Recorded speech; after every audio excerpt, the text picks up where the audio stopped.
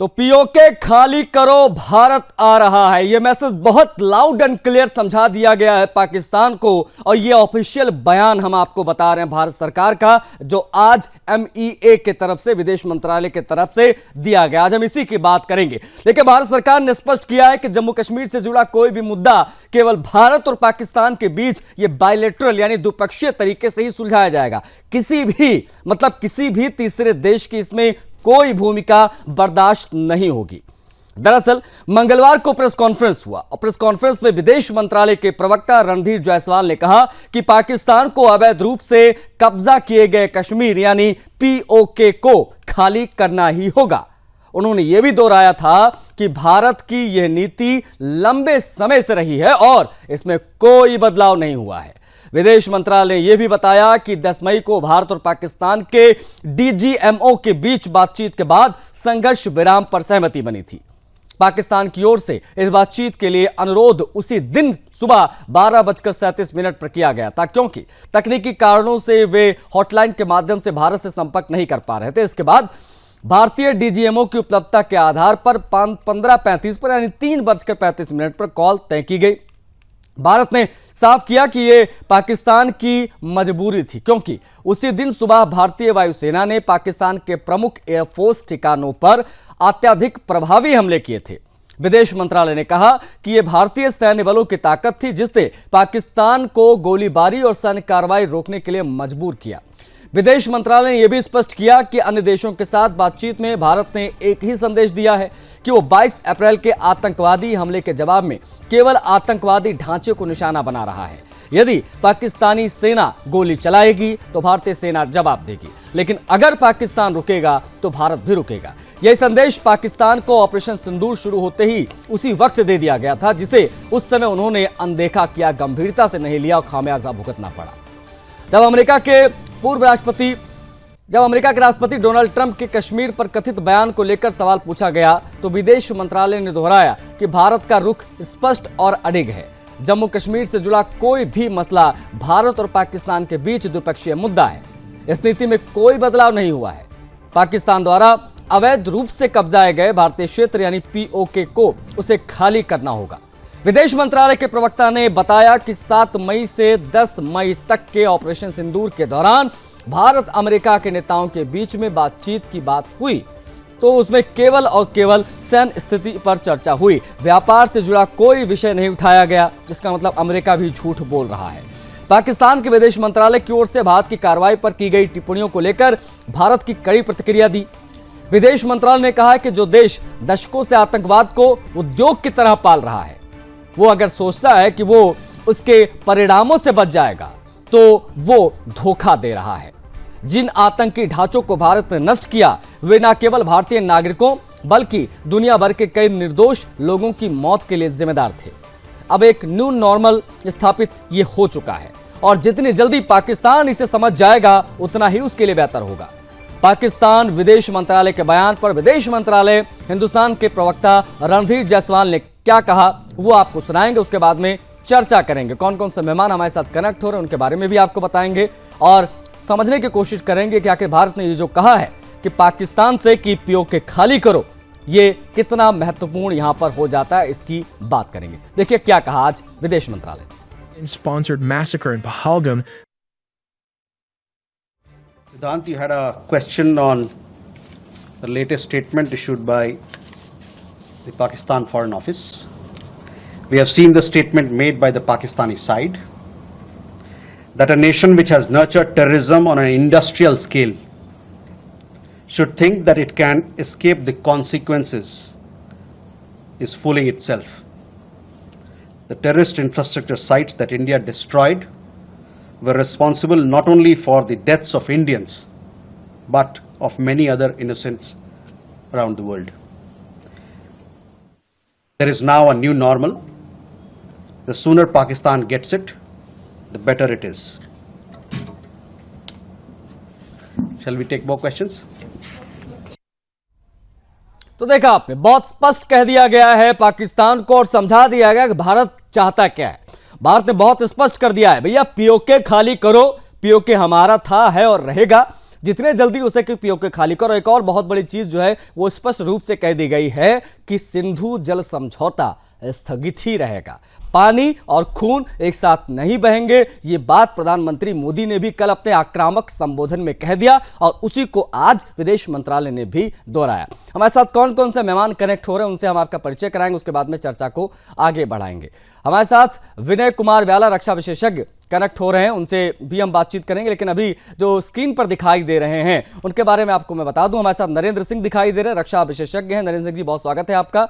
और हमारे साथ अर्थशास्त्री भी कनेक्ट हो रहे हैं, उनसे भी हम बातचीत करने की कोशिश करेंगे। मानस चुग स्क्रीन पर दिखाई दे रहे हैं। मानस, आपका भी बहुत स्वागत है। मानस को इसलिए बुलाया ताकि हम आज समझ पाएं, क्योंकि जिस प्रकार से कहा गया है कि भाई अब हमारे मेड इन इंडिया हथियार जो हैं वो बहुत बड़ी भूमिका निभाने जा रहे हैं वर्ल्ड लेवल पर मैन्युफैक्चरिंग में, और ये हमारी अर्थव्यवस्था के लिए कितना बड़ा आप कह सकते हैं कि उपलब्धि और कितनी बड़ी ये चीज दिखने वाली है कि हम टॉप 3 इकोनॉमी में आएंगे अपने हथियारों के बलबूते। और ये कितनी बड़ी और कितनी महत्वपूर्ण बात है, इसके बारे में भी हम समझने की कोशिश करेंगे अर्थव्यवस्था के लिहाज से, मानस से। लेकिन नरेंद्र सिंह जी हमारे साथ कनेक्ट है, रक्षा विशेषज्ञ। नरेंद्र सिंह जी, शुरुआत आपसे ही करूंगा, क्योंकि भारत का जो रवैया हमने देखा है जिस प्रकार से टुवर्ड्स पाकिस्तान या पीओके, भारत ने बहुत एक सीधे एक लाइन खींच दी और कह दिया है पीओके खाली करो।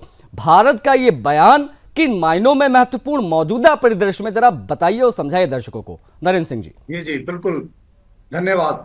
देखिए, आपके माध्यम से मैं समस्त आपके दर्शकों को, देशवासियों को बताना चाहता हूं कि भारत की बहुत स्पष्ट स्टैंड है। पार्लियामेंट में आपको याद होगा हमारे गृह मंत्री कह चुके थे कि पीओके हमारा है और उसके लिए हम जान दे देंगे। Do not take it lightly. देखिए, पाकिस्तान ने जिस तरह से जबरन कब्जा किया था और इतने लंबे टाइम से किया हुआ है, और जो उसकी हरकतें रही हैं, बात होती है कि उसने क्या पीओके के लोग खुश हैं, क्या बलूचिस्तान के लोग खुश हैं, जिसपे उसने 1948 में बलूचिस्तान पर भी कब्जा किया था। पाकिस्तान की जो फिलॉसफी है वो नफरत पर आधारित है, वो सिर्फ सेल्फ एग्जिस्टेंट पर आधारित है, वो प्रकृति के खिलाफ है। भारतीय परंपरा, संस्कृति इतनी पुरानी है, इतने हजारों साल की है और पूरे विश्व को प्रभावित किया है। देखिए, जब दुनिया के जाने कितने देश, अमेरिका जैसे देश का कोई नाम भी नहीं था, एग्जिस्टेंस भी नहीं था, तब भी हमारी संस्कृति, हमारी सभ्यता, हमारा ज्ञान, हमारा एजुकेशन सेंटर्स पूरे विश्व को लाइट देते थे। हम लाइट हाउस रहे हैं हम विश्व के। अगर आप 1000 साल, 2000 साल, 3000 साल पीछे जाएंगे, 5000 जाएं, तो आप देखिए कि भारत चाहे व्यापार हो, चाहे चिकित्सा विज्ञान हो, स्पेस हो, साइंस हो, टेक्नोलॉजी हो, व्यापार हो, हम हर क्षेत्र में अग्रणी रहे हैं। शिक्षा का केंद्र था, और महिला जो विमेन एम्पावरमेंट है, सब कुछ आगे था। ये कालांतर में ये सब कुछ हुआ और हम वो हो गए। लेकिन आज हम वापस उसी ओर अग्रसर हैं। आज बहुत सारे फैक्टर्स पर, आज देखिए क्या क्या चीजें होती हैं। अर्थव्यवस्था होती है, आपकी रक्षा क्षेत्र की मजबूती होती है, आपके जो ह्यूमन रिसोर्स है, जो लोग हैं वो होते हैं। तो देखिए, आज की डेट में हम टेक्नोलॉजी में अग्रणी हैं, आज हम मिलिट्री कैपेबिलिटी में अग्रणी हैं। आज ये बता दिया है पूरे विश्व को कि भारत ने जो कुछ किया है पिछले कुछ दिनों में, उसने सिद्ध कर दिया है कि हम सिर्फ पाकिस्तान तो कंपेयर छोड़ दीजिए, पूरे विश्व के लिए मैसेज रहा है कि जो स्ट्राइक रूस, इजराइल या अमेरिका जैसे देश पर्टिकुलर एक मैसेज जो जाना था सर, मुझे लगता है पूरी दुनिया में चला गया है कि साउथ एशिया में हिंदुस्तान है वो हिंदुस्तान नहीं रहा, ये नया हिंदुस्तान है, न्यू इंडिया है। इस पर हम और डिटेल में सर बात करेंगे। रिक्वेस्ट आप बने रहिएगा। संजीव श्रीवास्तव जी हमारे साथ कनेक्ट हो गए, विदेश मामलों के जानकार। सर, स्वागत है आपका। संजीव जी, पीओके को खाली करे पाकिस्तान, तीसरा पक्ष दखल ना दे, कश्मीर मुद्दे पर भारत की ये दो टूक, इसको किस प्रकार से आप देखेंगे? और स्पष्ट रूप से उन तमाम तथाकथित विश्व शक्तियों को यह कहना ये हमारा विषय है, ये बायलैटरल बातचीत से या बायलैटरल तरीके से हम सुलझाएंगे, कोई तीसरा देश दखल देने की कोशिश ना करे। किस प्रकार से आप देखते हैं इसे सर? संजीव जी। जी, मेरी आवाज आ रही है? जी सर, आपकी आवाज आ रही है। संजीव जी, आपकी आवाज आ रही है। देखिए, मैं स्पष्ट रूप से कहना चाहता हूं कि भारत और पाकिस्तान के बीच में जो भी आउटस्टैंडिंग इश्यूज हैं वो बायलैटरल तरीके से ही रिजॉल्व किए जा सकते हैं। शिमला समझौते और लाहौर डिक्लेरेशन में इसी बात को स्पष्ट रूप से कहा गया था। पाकिस्तान भी उसका जाहिर एक सेक्रेटरी है और वो भी इस बात को जानता है। और चाहे वो अमेरिका हो, चाहे वो यूनाइटेड नेशंस हो या विश्व के कोई अन्य राष्ट्र हो, संस्थाएं हो, वो सभी को इस बात को बार बार भारत ने स्पष्ट किया है कि जो भारत और पाकिस्तान के बीच के जो बायलैटरल इश्यूज हैं, वो उसमें भारत किसी पक्ष की मध्यस्थता स्वीकार नहीं करेगा। और ये हमारा जो स्टैंड है वो बहुत ही कंसिस्टेंट और क्लियर है। और उसमें जाहिर है कि ये जो भारत और पाकिस्तान के बीच के हाल के का जो पहलगाम की आतंकी हमला हुआ और उसके बाद भारत ने इसको सशक्त और मजबूत तरीके से रिस्पॉन्ड किया और आतंकी ठिकानों को मिट्टी में मिलाया, और उसके बाद जो पाकिस्तान ने नापाक हरकतें की उसका भी मुंहतोड़ जवाब दिया। तो ये जो सारे जो विषय थे उस संदर्भ में ये स्पष्ट रूप से दिख रहा था कि दोनों ही देशों के बीच में जो एस्केलेशन का जो लेवल है वो बढ़ता जा रहा था। और उसके एस्केलेटरी जो लैडर पर पाकिस्तान जाहिर है कि बढ़ रहा था और भारत भी उसे फिर रिस्पॉन्ड कर रहा था। हमने ये स्पष्ट रूप से हालांकि कहा था कि हमारा जो ऑपरेशन सिंदूर है, जिसके तहत हमने 9 आतंकी ठिकानों को ध्वस्त किया, उन्हें मिट्टी में मिलाया, जैसा कि प्रधानमंत्री श्री नरेंद्र मोदी का संकल्प था। तो ये जो हमारा ऑपरेशन था वो आतंकवाद के विरुद्ध था, न कि पाकिस्तान के मिलिट्री के और पाकिस्तान के लोगों के खिलाफ नहीं था। लेकिन पाकिस्तान ने भारत की इस बात को न समझते हुए भारत के ऊपर हमले शुरू कर दिए। तो भारत को तो और भारत ने पहले ही स्पष्ट कर रखा था कि यदि आप एस्केलेशन की तरफ बढ़ेंगे तो हमारे पास जवाब देने के सिवा कोई विकल्प नहीं होगा। और हमने भी फिर पाकिस्तान के मिलिट्री इंस्टॉलेशंस को हिट किया। और तो ये एस्केलेशन का जो लेवल था वो बढ़ रहा था और उसको लेकर के अंतर्राष्ट्रीय समुदाय की भारत और पाकिस्तान को लेकर के पर निगाहें थी। और एक सर, मैं इस पर और विस्तार से बात करूंगा और आज हम अमेरिका के बारे में भी थोड़ी आपसे बातचीत करना चाहेंगे, क्योंकि बड़ा कंफ्यूज है देश, ये जानना चाहता है। मुझे लगता है कि आपके जैसे बुद्धिजीवी बेहतर तरीके से समझा पाएंगे कि जो अमेरिका ने बयान दिया, मौजूदा राष्ट्रपति जो हैं डोनाल्ड ट्रंप, उनका ये कहना कि हमने ट्रेड की धमकी दी, हमने कहा कि व्यापार हम आपके साथ नहीं करेंगे दोनों देशों के साथ, उसके बाद ये दोनों देश जो है वो पीछे हटे। इन बातों में कितना सच्चाई है ये देश जरूर जानना चाहता है, क्योंकि भारत ने बहुत स्पष्ट कर दिया है कि इस प्रकार की कोई बात हुई ही नहीं थी। अगर इस प्रकार की कोई बात नहीं हुई तो अमेरिका इसको बोल क्यों रहा है बार बार, ये भी मैं आपसे समझूंगा, बने रहिएगा। सर, हमारे साथ मानस भी कनेक्ट है, मानस चुग, उनसे भी हम बातचीत करेंगे। मानस जी, आप किस प्रकार से देख रहे हैं? प्रधानमंत्री मोदी ने कल बड़ा लंबा चौड़ा पूरा भाषण उनका रहा, बड़ा आक्रामक नजर आए। उस भाषण में उन्होंने एक शब्द पर बड़ा जोर दिया, उन्होंने कहा कि जो मेड इन इंडिया हथियार हमारे हैं उसकी बात बड़ी प्रमुखता से हुई। इन मेड इन इंडिया हथियार और S-500 की मैन्युफैक्चरिंग, इस प्रकार की जो बातें हम देख रहे हैं इन युद्ध के हालातों में, क्या इसे माना जाए कि एक बहुत बड़ा आप कह सकते हैं बहुत बड़ी सफलता भारत के लिए होने जा रही है आने वाले समय में, और ये हमारी अर्थव्यवस्था में बहुत बड़ी भूमिका निभाएगी अगर हम इसकी मैन्युफैक्चरिंग, इन चीजों पर फोकस करते हैं जो कि हम ऑलरेडी कर रहे हैं उस दिशा के परिप्रेक्ष्य में? प्रधानमंत्री मोदी का ये बोलना कि मेड इन इंडिया हथियार, इसको किस प्रकार से आप बतौर एक अर्थशास्त्री देख रहे हैं? मानस जी।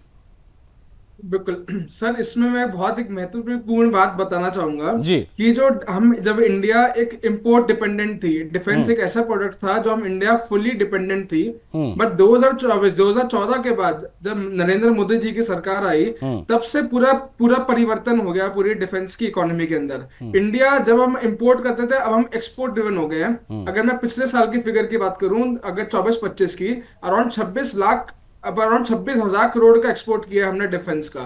इतना भारी भरकम जो हम बता रहे हैं एक्सपोर्ट्स की बात करते हैं, ये जो ऐसे इक्विपमेंट्स की जो इतने टेक्नोलॉजी ड्रिवन इक्विपमेंट्स हैं जहां इंडिया डिपेंडेंट थी, अब वो इंडिया एक्सपोर्ट के कादिर हो गई है। ये इसका सबसे महत्वपूर्ण मैं रीजन देना चाहूंगा कि ये नरेंद्र मोदी सरकार की वजह से हुआ है। और इसके बाद अब एक आश्चर्य बात सबको बताना चाहूंगा कि जब हम सबसे ज्यादा एक्सपोर्ट जो करते हैं 50% उसमें एक्सपोर्ट हम यूएसए को करते हैं। हमें लगता है कि हम यूएसए से इंपोर्ट करते होंगे काफी, बट 50% जो हम एक्सपोर्ट कर रहे हैं वो यूएसए को कर रहे हैं। इसका मतलब स्टेट ये है कि अब इंडिया को साउथ एशिया कंट्री के अंदर सब एक महत्वपूर्ण मकसद मानते हैं कि एक इंडिया एक स्ट्रैटेजिक एडवांटेज क्रिएट कर सकती है, जो दर्शाया गया है इस अभी रिसेंट जो पाकिस्तान के साथ।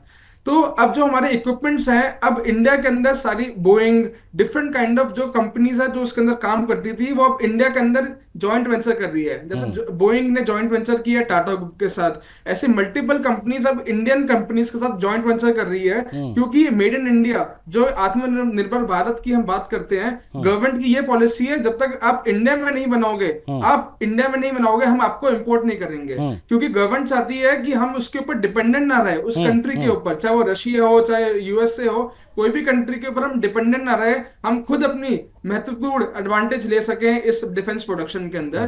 तो मुझे लगता है जो ये अभी रिसेंट जो इश्यूज आए हैं, जो अभी पाकिस्तान के साथ जो हमारा पूरा फुल फ्लेजेड वॉर की बात कर रहे थे, अब ऑल ओवर वर्ल्ड एक ही बात करी जा रही है कि India will be a super power, उसके लिए defence will be the major creator, जिसके अंदर हम नॉट ओनली इंपोर्ट नहीं, जो ये मैसेज गया है मानस जी कि ये जो मानस जी ये मैसेज गया है कि पाकिस्तान के पास जो चीनी हथियार मौजूद थे उनसे भारत के हथियार यानी मेड इन इंडिया हथियार बेहतर साबित हुए हैं, ये ग्लोबली ये कितना बड़ा मैसेज जा चुका है इस युद्ध के दौरान? बिल्कुल सर, अब ये जो सबसे ज्यादा इशू जब आया, जब इंडिया के अंदर 400-500 ड्रोन जब इंडिया के पाकिस्तान ने भेजे थे, उसमें आधे से ज्यादा चाइनीज थे, और चाइनीज के सारे ड्रोन इजीली इंडिया ने इंटरसेप्ट करे और उसको दर्द कर दिया। इसका मतलब सिंबल है कि चाइना एक डिफेंस प्रोडक्शन के अंदर ऑल ओवर वर्ल्ड, जो एक न्यूज गई है, ये ऑल ओवर वर्ल्ड जो बात करी जा रही है कि चाइना के ऊपर वो एडवांटेज नहीं है, जैसे चाइना का कुछ ना कुछ कंट्रीज के साथ, लाइक अफ्रीकन कंट्री के साथ अभी बात चल रही है डिफेंस इक्विपमेंट एक्सपोर्ट करने के लिए। इस स्पेसिफिक इशू के बाद अब लगता है कि इंडिया बहुत स्ट्रैटेजिक एडवांटेज ले सकती है, क्योंकि आकाश और जो सारी ब्रह्मोस, जैसे ब्रह्मोस अभी रिसेंटली यूपी गवर्नमेंट ने अनाउंस किया है, जो अभी मैन्युफैक्चरिंग इनिशिएट होगी यूपी के अंदर, ये सब साफ ये बताया जाता है कि India will be a very big strategic advantage in the whole, not only South Asia but for the whole world. देखिए 2024 तक 88% हथियार और गोला बारूद मेड इन इंडिया हैं। ये तमाम दर्शकों के लिए एक बड़ी जानकारी हम दे रहे हैं कि 2024 तक का ये आंकड़ा 88% तक का हथियार गोला बारूद हम इंडिया में ही बनाते हैं, और ये बहुत बड़ी उपलब्धि है। 2014 में ये आंकड़ा 32% था, जो कि अब बढ़कर 88% पर पहुंच गया है। इसके बारे में और विस्तार से बात करेंगे मानस जी के साथ, लेकिन विनय कुमार व्याला जी भी कनेक्ट हो गए हैं, रक्षा विशेषज्ञ हमारे साथ। विनय कुमार व्याला जी, आपका पुनः स्वागत है सुदर्शन न्यूज पर। सर, भारत ने दो टूक कह दिया सर कि पीओके हमारा था, है और रहेगा, और पाकिस्तान पीओके को खाली करे। एक और चीज में बहुत बारीकी से मेंशन की गई है कि तीसरे देश की दखल मध्यस्थता नहीं चाहिए, ना बर्दाश्त करेंगे। ये बायलैटरल विषय है और हम उसी तरीके से इसे सुलझाएंगे। किस प्रकार से आप देख रहे हैं बतौर रक्षा विशेषज्ञ विनय कुमार व्याला जी?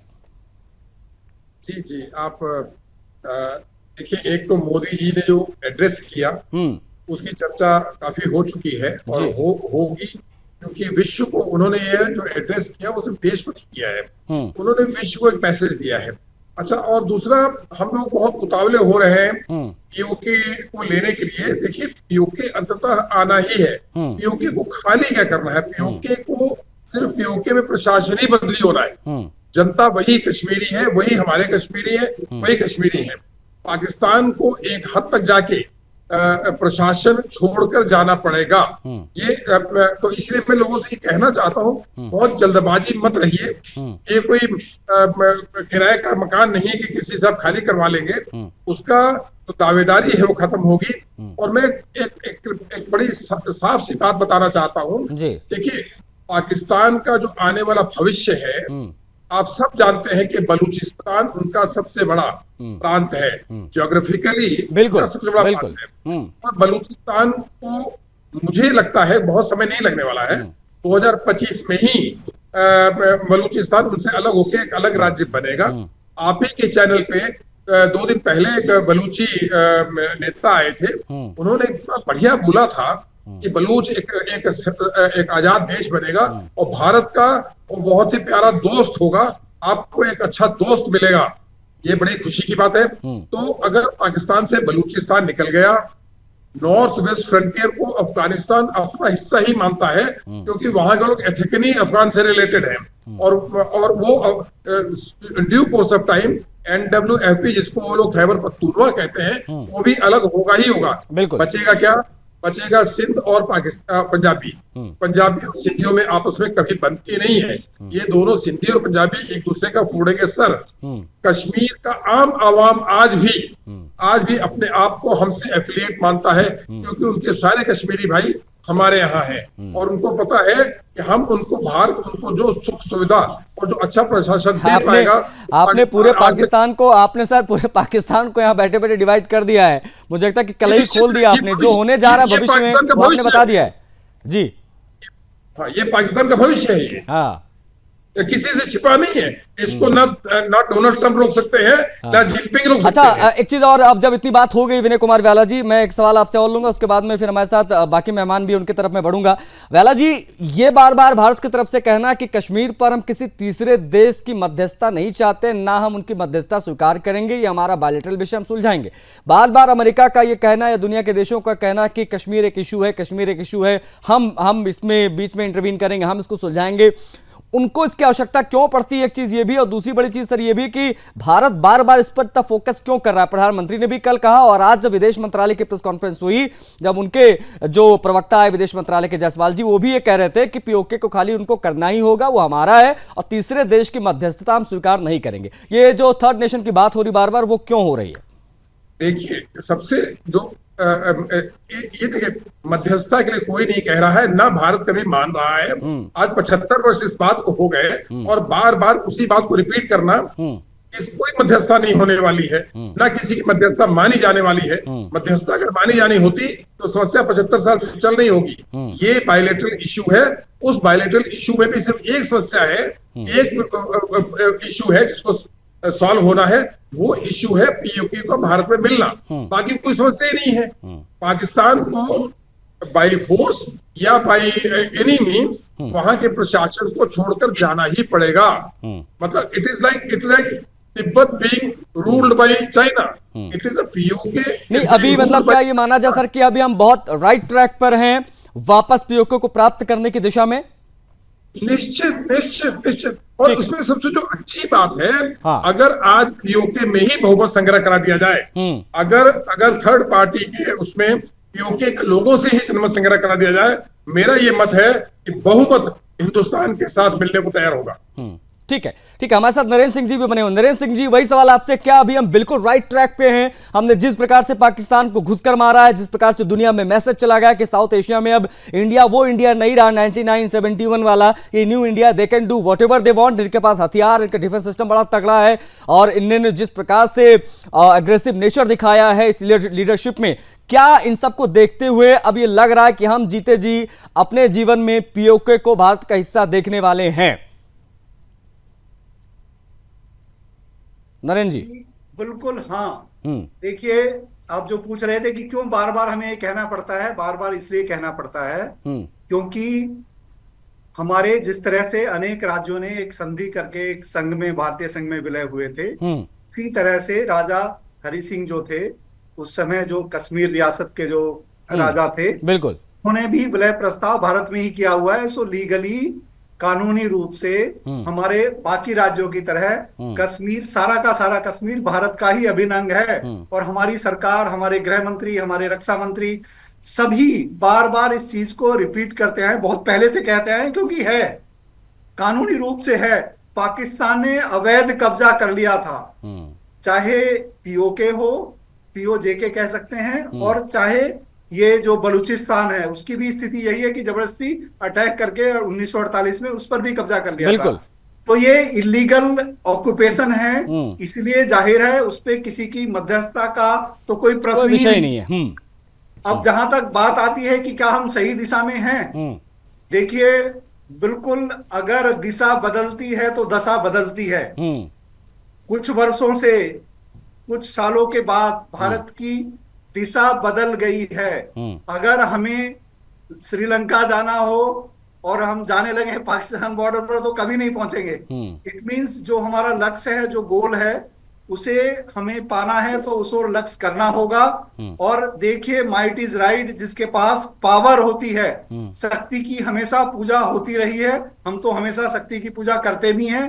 हम किसी के खिलाफ नहीं हैं, हिंसा के विरुद्ध हैं, युद्ध के विरुद्ध हैं, लेकिन जो धर्म विरुद्ध जाएगा, जो गलत काम करेगा, जो आतंकवाद फैलाएगा, जो भारत के हिंदुत्व के प्रति इस तरह की भावना रखेगा कि इन्हें जीने का अधिकार नहीं है, ये काफिर है, जो आतंकवादियों को सपोर्ट करेगा डायरेक्टली, उनके ट्रेनिंग कैंप्स, वहां की आर्मी हो या आईएसआई हो, दोनों मिलकर इन आतंकवादियों को पालते हैं, प्रोटेक्ट करते हैं, उनके जनाजों में जाकर उन्हें स्टेट ऑनर देते हैं, प्रूव कर देते हैं पूरे ठीक है, वर्ल्ड मतलब को। एक तरीके से देखा जाए नरेंद्र जी, तो पाकिस्तान खुद एक्सपोज हुआ है, हर बार एक्सपोज हुआ है, इस बार भी एक्सपोज हुआ है। वो अब हुआ ना, हमने स्पष्ट रूप से कह दिया ऑपरेशन सिंदूर के अगली सुबह, हमने जब ब्रीफिंग की उसमें कहा कि हमने सिर्फ आतंकवादियों को मारा है, और अगर उधर से सैन्य कार्रवाई होगी तो सेना जवाब देगी। और जब सेना ने जवाब दिया तो ऐसा जवाब दिया कि अभी भी पाकिस्तान समझ नहीं पा रहा कि कहां कहां क्या क्या उड़ा के वो लोग चले गए। अब धीरे धीरे वहां के जो जाहिल जो कौम है उनकी, वो धीरे धीरे समझ रही है कि हमको तो मूर्ख बनाया गया, हमको तो फर्जी मुबारकबाद दी जा रही है, जब भी हारते हैं मुबारकबाद देने लग जाते हैं एक दूसरे को।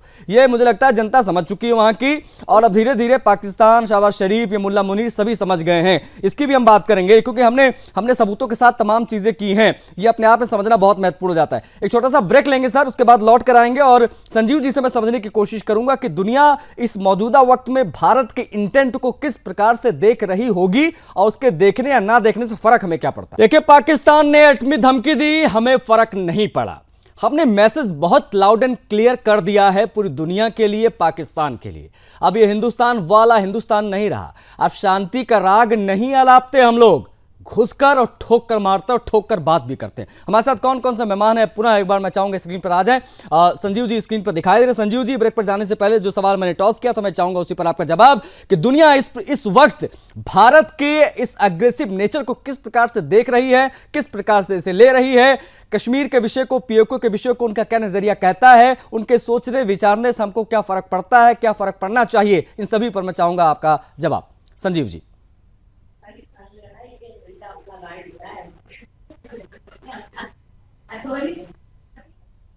भारत का जो वर्तमान समय में जो पोस्चर है, जो इमेज है, मैं उसको एग्रेसिव न करके शक्तिशाली कहूं। ये पावरफुल पोस्चर है, और ये रिस्पॉन्सिबल पोस्चर है, ये क्रेडिबल पोस्चर है, और ये ऐसा पोस्चर है कि जिसमें कि भारत पूरे विश्व में शांति, सुरक्षा, स्थिरता, संपन्नता को हासिल करने के लिए पूरा प्रयास कर रहा है।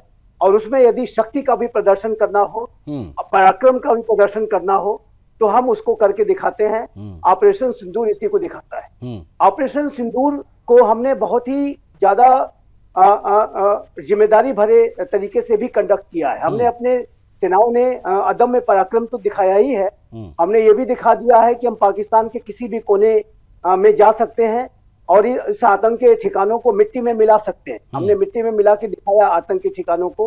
और अब इस बार हम सिर्फ पाकिस्तान ऑक्युपाइड कश्मीर तक सीमित नहीं रहे, बल्कि वहां की जो रियल रूलर्स, जो वहां की आर्मी और आईएसआई है, उसके जो सबसे प्यारे जो प्रोविंस है, जो हार्टलैंड ऑफ पाकिस्तान कह सकते हैं, पंजाब का प्रोविंस, वहां पर जाकर के और उनके जैशे मोहम्मद और लश्कर तोयबा के ठिकानों को ध्वस्त कर दिया और मिट्टी में मिला दिया। जैसे कि हमारे प्राइम मिनिस्टर ने कहा था कि जो उनकी बची खुची जमीन है उसको मिट्टी में मिलाएंगे, तो वो करके दिखा दिया।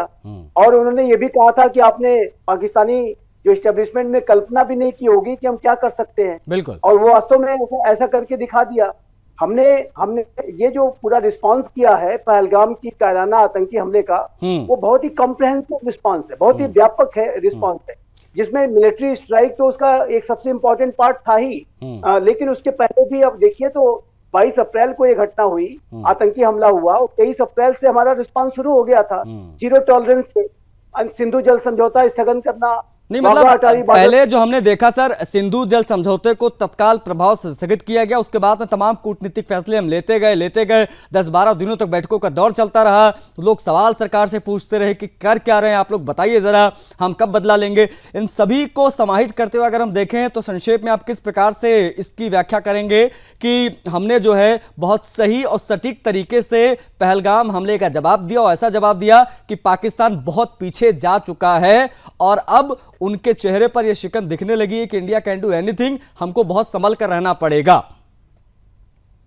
देखिए, ये भारत की बहुत बड़ी सामरिक विजय है, भारत की बहुत बड़ी कूटनीतिक विजय है, और इसके लिए हमारी सेनाएं जो है, जाहिर है कि उनकी जितनी भी प्रशंसा की जाए वो कम है, और पूरा भारत उन्हें नमन कर रहा है, सल्यूट कर रहा है जो उन्होंने सफलता हासिल की है। साथ ही साथ मैं ये भी कहूंगा कि हमारे भारत के राजनीतिक नेतृत्व की भी बहुत बड़ी विजय है। हमारे प्रधानमंत्री श्री नरेंद्र मोदी ने जो विजनरी और अटल संकल्प शक्ति, राजनीतिक संकल्प शक्ति दिखाई है, उसका भी उसकी वजह से यह सफलता हमें हासिल हुई है। देखिए, हमारे पास पहले भी रिसोर्सेस थे, सेनाएं थी, सारे हथियार थे, सारा कुछ मौजूद था, सारे रणनीतिकार मौजूद थे, लेकिन वो पॉलिटिकल विल हमने 26/11 के समय में नहीं दिखाई। और इसका परिणाम ये हुआ कि उस समय की सरकार ने कार्रवाई नहीं की, सिर्फ डोजियर पे डोजियर दिया गया। लेकिन यहाँ पर इस सरकार ने जो कार्रवाइयां की हैं, जो डोज के ऊपर डोज दिए गए, 23 अप्रैल से लेकर के और 7 लगातार जो कार्रवाई 7 मई तक जो हुई, वो पाकिस्तान को सबक पता चल गया कि आतंक का क्या अगर हरकत करेंगे नए भारत के खिलाफ, तो ये भारत किसी भी कोने में जाकर के कुछ भी कर सकता नहीं, है। अब मुझे लगता है सिर्फ पाकिस्तान ही नहीं। जी एक बात और मैं कहना चाहता हूं, जी। अब कल का जो प्रधानमंत्री श्री नरेंद्र मोदी का संबोधन है, ये पाकिस्तान को बहुत अच्छी तरह से समझ लेना चाहिए कि हमने एक न्यू नॉर्मल, एक नया स्टैंडर्ड सेट किया है। यस। और यदि पाकिस्तान ने अगली कोई हिमाकत की, तो हम आतंकियों को और आतंक के संरक्षण नहीं, ऑपरेशन सिंदूर न्यू नॉर्मल है, ये कह दिया गया आज विदेश मंत्रालय की तरफ से भी कहा गया। आतंकियों को और आतंक को सपोर्ट करने वाली सेना को एक साथ ट्रीट किया जाएगा, अलग अलग नहीं ट्रीट किया जाएगा। और अगली बार प्रधानमंत्री ने जब ये कहा तो मुझे लगता है कि पूरे देश ने सुना होगा। सर, आप बने रहिएगा।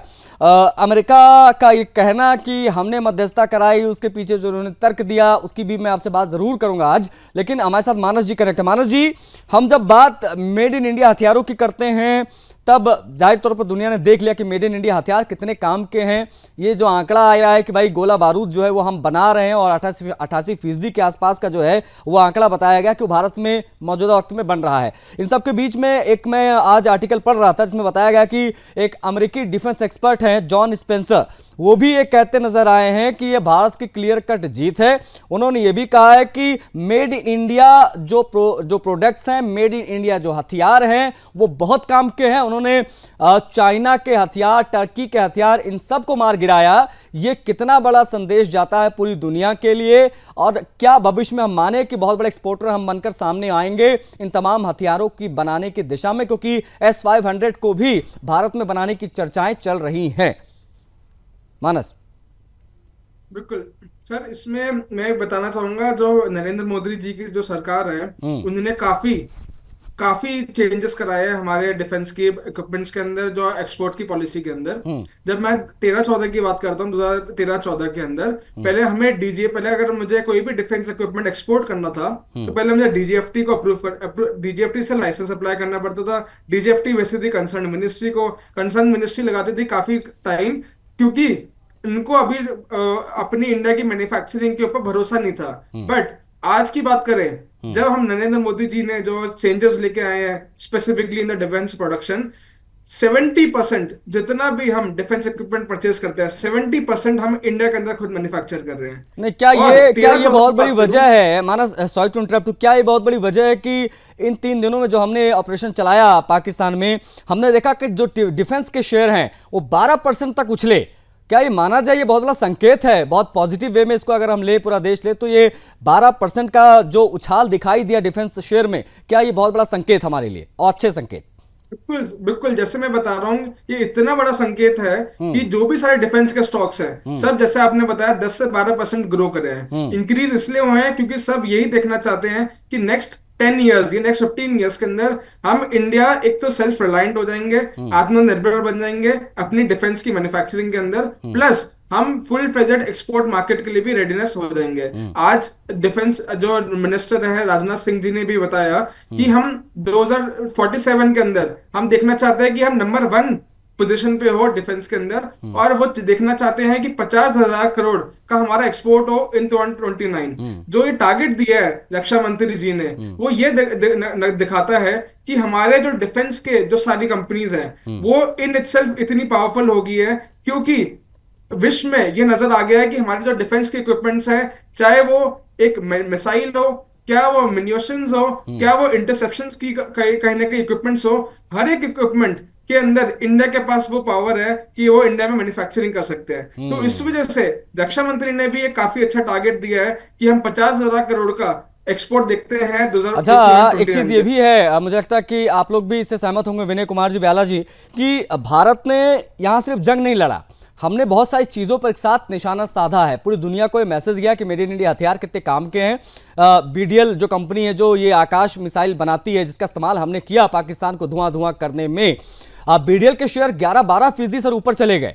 ये सब भी एक बहुत बड़ा, आप कह सकते हैं कि ये आपदा में अवसर वाली बात है। आपदा तो खैर पाकिस्तान के लिए थी, लेकिन अवसर हमारे लिए बहुत बड़ा है, क्योंकि पूरी दुनिया ने देखा है कि इंडिया जो है बड़े अच्छे हथियार बना रहा है, गोला बारूद हम बना रहे हैं, और आकाश मिसाइल या इस प्रकार की चीजें जो हमने बनाई हैं, ये बड़े काम किए हैं सर। विनय कुमार ब्याला जी।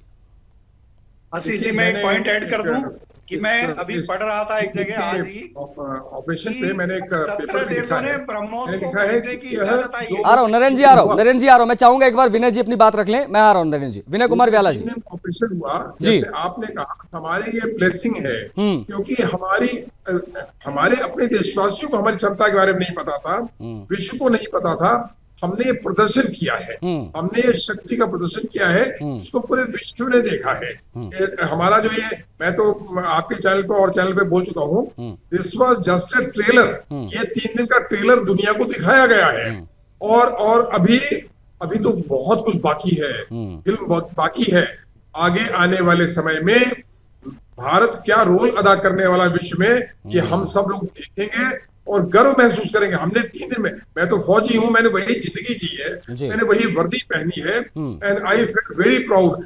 आज आपने एक चीज देखी होगी, एक चीज नोटिस की होगी, देखिए पाकिस्तान का सेनाध्यक्ष हॉस्पिटल में अपने घायल बीमार सैनिकों को देखने जा रहा है। बिल्कुल। हमारा प्रधानमंत्री आदमपुर में, आपने सैनिकों की बॉडी लैंग्वेज देखी होगी, उनका जोश और जज्बा देखा होगा। This is the difference sir, this is the difference between India and Pakistan. जी, क्या फर्क है क्या?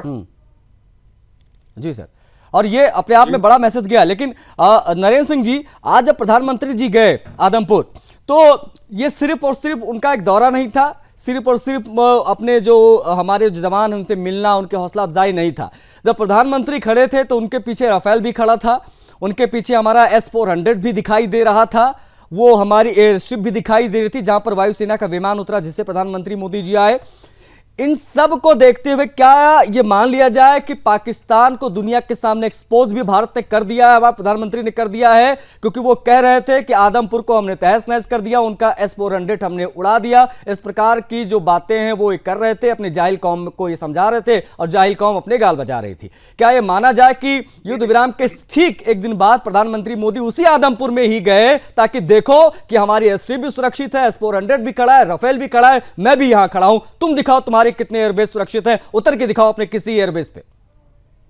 जी जी आशीष, देखिए कहावत है कि action speaks louder than words. Exactly. But मैं कहना चाहूंगा, क्योंकि पाकिस्तान के लिए वर्ड का कोई महत्व नहीं है, एक्शन स्पीक लाउडर देन झूठ। उनका जो फॉल्स नैरेटिव्स जो दुनिया को दिखा रहे थे, हमने आदमपुर को ध्वस्त कर दिया है, हमने ये कर दिया है, हमने वो कर दिया है, इंडिया को ये कर दिया है, ठीक है ना। हार कर भी, इतनी बुरे हारने के बाद भी वहां जो माहौल था, जो दुष्प्रचार था, और तो कुछ नहीं कह सकते, दुष्प्रचार, और उसमें माहिर है वो, झूठ बोलने मैं तो इतना सोच रहा था कि वहां मिठाइयां बांट रहे हैं, उनका जो शाहिद अफरीदी है वो अगला इमरान खान बनने की दिशा में आगे बढ़ रहा है, वो झंडे लहरा रहा है, लग रहा कि ना जाने क्या जीत लिया उन्होंने। मतलब शर्म आनी चाहिए इस देश को कि पूरी दुनिया जो है वो जान रही है कि ये कितने मूर्ख हैं, पीटे भी हैं। 11 एयरबेस खोने के बाद ये तालियां बजा रहे हैं और ये एक दूसरे को मुबारकबाद दे रहे हैं। पाकिस्तान की यही जो नीति रही है हमेशा से। लेकिन संजीव जी, एक फाइनल कमेंट आपसे लूंगा, फिर मैं इसको जल्दी से क्लोज करूंगा। छोटा सा जवाब भी आपसे चाहूंगा। अमेरिका का यह कहना कि हमने ट्रेड की धमकी दी, उसके बाद दोनों देश पीछे हटे, जिसका भारत ने खंडन किया है, इसको किस प्रकार से कम शब्दों में आप समाहित करेंगे सर? संजीव जी। देखिए, भारत के विदेश मंत्रालय के द्वारा आज जो प्रेस ब्रीफिंग, जो वीकली प्रेस ब्रीफिंग में इस बात को स्पष्ट किया गया है कि जो भारत और अमेरिका के बीच में जो पहलगाम आतंकी हमले और उसके बाद की जो स्थितियां बनी थी, उस संदर्भ में जो भी कन्वर्सेशंस हुए उसमें ट्रेड का कोई विषय शामिल नहीं था। और जाहिर है कि ये जो बयान है उसके संदर्भ में भारत ने अपना स्पष्टीकरण दे दिया है। कहा क्यों ये ट्रंप ने ऐसा कहा क्यों सर, जल्दी से? देखिए, ये तो ट्रंप ही बता सकते हैं कि उन्होंने ऐसा क्यों कहा, लग क्या रहा लेकिन ये देखिए, राष्ट्रपति ट्रंप एक अनकन्वेंशनल पॉलिटिशियन है और वो कई बार उनके मुंह से कई ऐसे कैजुअल रिमार्क्स निकल आते हैं। ना ठीक है सर, और दूसरी बात यह है सर, अमेरिका एक व्यापारी की तरह जो है बात करता है, वो एक व्यापारी देश मुझे ज्यादा लगता है, उसको हर जगह व्यापार व्यापार व्यापार दिया है कि इस तथ्य में कोई सच्चाई नहीं है, हमने ये स्पष्ट कर दिया है। ठीक है, ये दुनिया को चला गया है, क्योंकि ये एक तरीके से घेरा जा रहा था। कहना चाहता हूँ, भारत और अमेरिका की जो स्ट्रेटेजिक पार्टनरशिप है वो एक पार्टनरशिप है, वो अलायंस नहीं है। भारत अपनी रणनीतिक स्वायत्तता के आधार पर अपने निर्णय स्वयं लेता है। अमेरिका के राष्ट्रपति क्या कहते हैं क्या नहीं कहते हैं, फर्क नहीं पड़ता, और ये बात बहुत स्पष्ट कह दिया भी गया है। लेकिन आप लोग जुड़े, आप लोगों का बहुत आभार सर, समय दिया आपने। विनय कुमार व्याला जी, मैं माफी चाहूंगा, आप रेस कर रहे थे, मैं बात नहीं कर पाया आपसे, लेकिन फिर भी आप लोगों ने अपना समय दिया कीमती, उसके लिए बहुत आभार आप सभी का। जुड़ने के लिए मानस आपका भी शुक्रिया, नयन जी आपका भी शुक्रिया, विनय कुमार व्याला जी और संजीव जी बहुत शुक्रिया आप सभी का। देखिए, पाकिस्तान की जब बात होती है तो भारत ने बहुत अच्छे से पाकिस्तान को समझा दिया है कि भैया पीओके खाली करो, भारत आ रहा है। ये चीजें बहुत स्पष्ट हो गई। और जब बात कश्मीर की होगी तो किसी तीसरे देश की, फिर वो कोई भी देश हो, मध्यस्थता नहीं चलेगी। हम बायलैटरल तरीके से इसे सुलझाएंगे, चाहे हम खुश कर मारे पाकिस्तान को, चाहे हम बातचीत से मामला सुलझाएं, लेकिन हम अपने हिसाब से ही चीजों को देख रहे हैं, अपने हिसाब से चीजों को सुलझाएंगे। इस कार्यक्रम में इतना ही, मुझे आज्ञा दीजिए, जय हिंद।